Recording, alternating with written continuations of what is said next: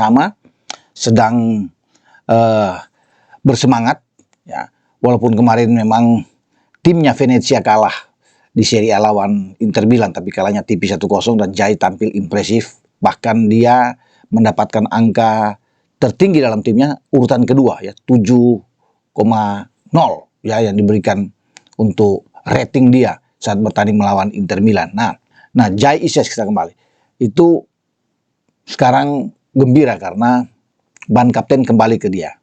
Ya, karena kita tahu bersama ketika lawan Cina ada pertukaran ya, ketika Asnawi masuk dipakai oleh STY dan ban kapten dicopot yang sudah dipakai biasanya oleh Jai Ises karena Asnawi cadangan terus, dan ketika Asnawi masuk di starting 11 Asnawi lah yang pakai, tapi Asnawi tampil kurang impresif ketika itu ya, dan STY sudah melihat bahwa untuk menjadi kapten itu harus orang yang punya visi bermain bola, reading di game bagus. Itu tidak ada di Asnawi, yang ada di Jai Ises.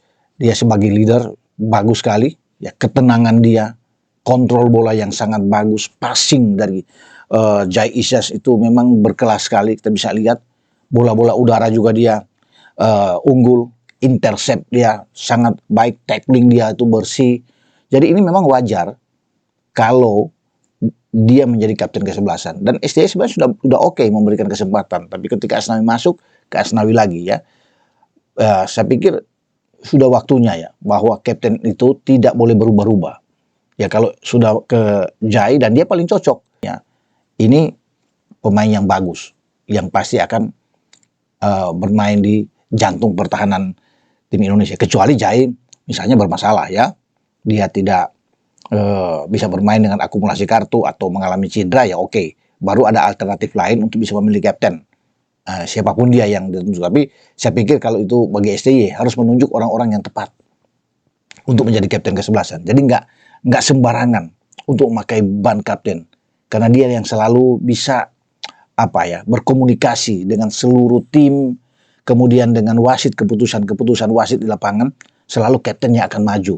Dan kapten kalau punya wawasan yang bagus, ya punya leadership yang bagus, tentunya ini yang kita tunggu. Nah itu ada di Jai Ises. Jadi dengan ketika dia menjadi kapten kesebelasan untuk menghadapi Jepang dan Arab Saudi, ini baik buat kita ya. Dia akan bersemangat, tentunya akan tampil. Kita lihat ketika di Cina ya, ketika dia dicopot bang, dia tidak tampil juga enak kalau kita bisa melihat ya, Jai, dan kita kebobolan 2 kali saat itu ya, di belakang dengan counter attack dari Cina ya. Dan saya pikir ini juga ada pengaruh juga ya, dalam tanda kutip ya, apapun itu. Tapi sekarang ketika dia menjadi kapten yang ditunjuk kembali oleh STY, dia akan bermain dengan tentunya sebaik mungkin di jantung pertahanan. Tinggal tentunya siapa yang akan bermain dengan dia. Ya, kita belum tahu soal Mesilgas bagaimana. Tapi ada tersedia dengan Rizky Ridho, tersedia juga dengan Justin Hubner, dan ada juga dengan Jordi Amat. Karena Jordi sudah masuk dalam tim setelah sembuh ya dari cedera yang dia alami melawan Bahrain, dan ketika di Cina dia harus kembali. Tapi sekarang sudah siap dan STY masuk di dalam tim.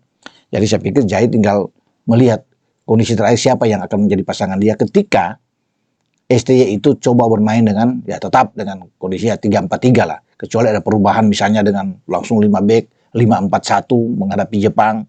Ya kita lebih counter attack melawan mereka tentunya. Ya semua akan ada di benak STY, tapi tidak boleh main-main lagi sekarang, tidak boleh bereksperimen lagi. STY harus bisa menurunkan pemain terbaik tentunya, starting 11 terbaik, sehingga kita bisa bertanding dengan baik, bisa memberikan perlawanan terhadap Jepang dalam duel. Karena ini penentuan di bulan November ini, 2 laga itu tidak main-main. Kalau kita hilang dua-duanya, katakan kalah, bahaya. Kita tidak akan mungkin untuk bisa lolos ke fase selanjutnya. Karena yang kita tentukan sini adalah paling tidak kita draw dengan Jepang, itu sudah luar biasa, dan mencari kemenangan melawan Arab. Dengan 4 poin tambahan sekarang ada 3 ya, kita oke lah. Kita bisa tunjuk, kita berharap dengan 2 pertandingan nanti ke depan melawan Bahrain dan menghadapi Cina ketika kita menjadi tuan rumah di Maret dan Juni 2025. Itu yang menjadi harapan. Jadi hitung-hitungan ada di situ. Jadi kita tidak boleh sama sekali memang hilang dengan 2 kekalahan nantinya menghadapi Jepang dan Arab Saudi, sudah akan menutup peluang kita untuk bisa lolos. Makanya ini pertaruhan bagi seorang STY. Dan saya kira Jai tahu untuk bertanggung jawab ketika dia menjadi kapten di jantung pertahanan. Dia ingin untuk membawa tim Indonesia itu memenangkan pertandingan, baik melawan Jepang maupun melawan Arab Saudi. Tidak mudah memang, tidak gampang. Ini pertandingan yang sulit. Jepang tim yang kuat, 16 besar peringkat dunia, tidak main-main ya bagi Jepang.